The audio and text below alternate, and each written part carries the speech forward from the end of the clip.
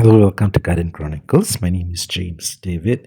In this video, I will talk about this particular type of cascading succulent plant known as Edithcolea grandis, commonly known as Persian carpet plant.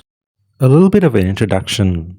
I've actually purchased this particular plant, say about 2 to 3 years now, and I actually got it from a collector. Hence, one of the factors that I've noticed is that this particular plant is not easily available in many nurseries unless you look for it or find for it in specifically among collectors. Now, one of the things that I find here is that I do love cascading plants, and basically that is most of my ideal factor of having a collection. And then I just love the effect that it shows as more like a curtain kind of features when it comes to hanging plants. So technically, because I purchased it when it's already established, what I'll do is that I hang it in my balcony where I rarely water the garden, and if at all, it in a case scenario because it's out of reach, hence I only water it maybe like 2 to 3 weeks once, and I think the plant is very happy and is actually growing very well. Recently, what happened here is that I actually sprayed a foliar fertilizer which is meant for orchids, and lo and behold, these started to bear flowers and blooms. So I just like to showcase here, and I'll do a little bit of a video on this and hope that you'll enjoy this particular video with some of my thoughts and opinions on how I care for this particular plant. First thing first, I would like to share here is that this particular plant is native around the Eastern Africa region towards the Arabian region. And one of the factor here is, interestingly, this particular plant is actually introduced by the botanist Edith Cole, which is around the 18th century, where this particular person had an expedition around the Somalia regions. Now, coming to the natural habitat, this particular plant is found actually around the dry and arid region, around the hillside or mountainside, and sometimes this particular plant receive full sun, and at times it is actually shaded by rocks or other plants that is growing together with it. So in that context, if you were to look at it, it is more of a desert cacti kind of a habitat, and hence this is the best way to grow them in this kind of setting. Now, I must say that there are a very big, huge characteristics on this when it comes to appearance. There is another genus that is known as Stapelia, and there is another set that is known as Hornia. Of course, this is a lot to do with the taxonomy and the factor of giving a proper names by the botanists and stuff like that. In my context, I just able to identify their names and their ID and grow what I can get my hands on, and their element here of identifying something and grow what I enjoy growing them in my garden space. So the element here of not able to identify going into a very detailed scientific factor, it's more of the idea of having it as a collection and able to grow it and keeping them successfully in my garden space. I want to showcase here is that this is actually the eve before the plant has bloomed, and I find that they do have this kind of a balloon kind of a bubble before it blooms, and that is one of the unique factors. And I find that it also has the same features when it comes to the Stapelia or Hornia species. In a way to say is like before the flower blooms, it's sort of like a bubble kind of thing, and when once it blooms, you can actually showcase it as more of a glorious factor. I must say, as strange as it appears to be, the flowers do look beautiful and unique in a way to identify that you were to say that the features of the flowers are quite unique and beautiful. However, the fragrance is not. It can also emit a kind of a nasty or unpleasant fragrance when it comes to the flowers, simply because these are actually attracting more on the element for flies, or even identified as carrion flowers, where it may give a kind of a unpleasant smell. One of the things that I have noticed technically here is that when these flowers bloom, I have not encountered any unpleasant smell. It could be because when I was actually looking at it, it was towards the afternoon. Perhaps the flowers do bloom early in the morning or late in the night, where the element of the fragrance can be very strong during that time. In my point of view, what I can say here is that the most unpleasant thing about this particular succulent is the sharp, thorny features, more like the spikes. And I have to mention that you have to be very careful about it because these are actually very sharp and can be very hurtful if mismanaged. So, in a way to say that see no touch kind of plant, or if you have pets or young children, or in a way to say do not be a place where it is accessible to them because it can be very hurting. Indeed, this Persian carpet plant is nothing like a carpet if you were to say in the element of touch. But of course, when it comes to the blooms, it is indeed look very uniquely beautiful, especially the orangey red, the yellow kind of features. But apart from that, when it comes to this particular succulent, is the only succulent that I come across that has very sharp, spiky, thorny features along the stem.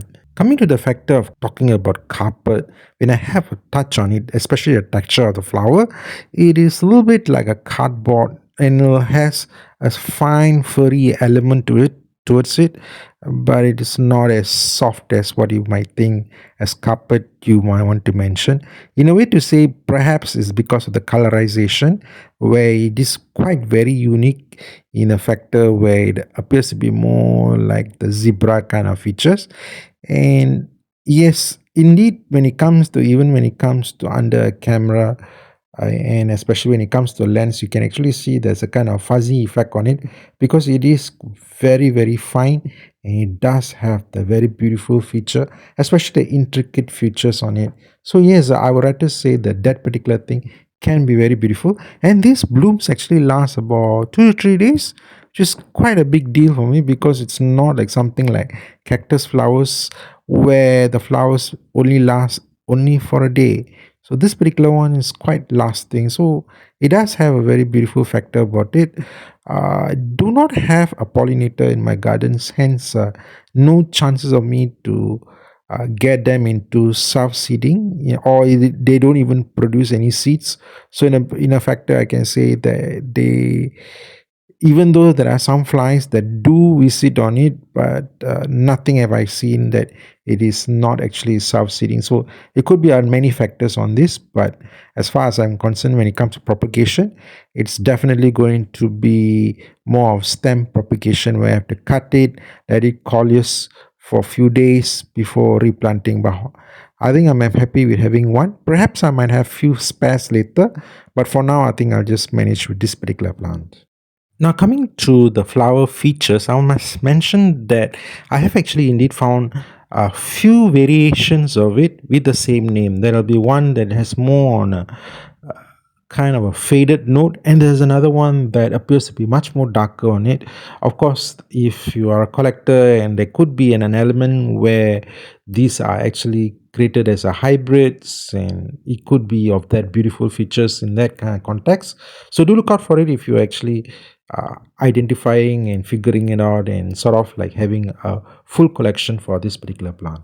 Another feature that I want to mention here is that when it comes to this particular type of succulent, when it comes to sections, they are actually easily detachable, especially we can carefully just twist it or knock it off and they will actually come out, and even when they drop they do form roots and you will start a new colony from that easily detachable segments. But this particular one do not have such features. This is considered to be a long piece of stem which is very much continuous and may create a little bit of a colony kind of a base kind of thing, but none of the parts or portion of the stem appears to have any aerial roots. So this is one of the factors here that you need to take note of, that if there is something of a root rot or stem rot, the whole plant can easily perish. So one of the things that need to make mention here is that it is always safe to actually create, at least get a cutting, let it dry off for a few days or at least a week or so, and propagate it as keeping it as a spare, because If you were to lose one, most likely it's not going to be easily available in certain region, especially mine, where I am in more in a tropical region area where this kind of particular type of succulent plant is not easily available. The next portion that I want to mention here is the potting media. I have actually checked through and found that they do very well when it comes to fast draining medium. You can use perlite and a little bit of cocoa chips and stuff like that. But somehow I find that if you can get something like sand and something just very dry, if you can actually see over here, it's more like a cement bone dry kind of potting medium, which I find that actually it works best because when it comes to its natural habitat, they don't really receive a lot of water. And perhaps even if there is something like, when it comes to natural resources, it could be something like an element like a winter kind of thing where it's very cold, it actually, when it comes to watering, is actually absorbed by the plant. So in a way to say is that I think what it could be best is to actually apply something like a spray, light spray upon the plant rather than pouring it on a root ball. However, this is my point of view, and I find that it works best in this kind of context.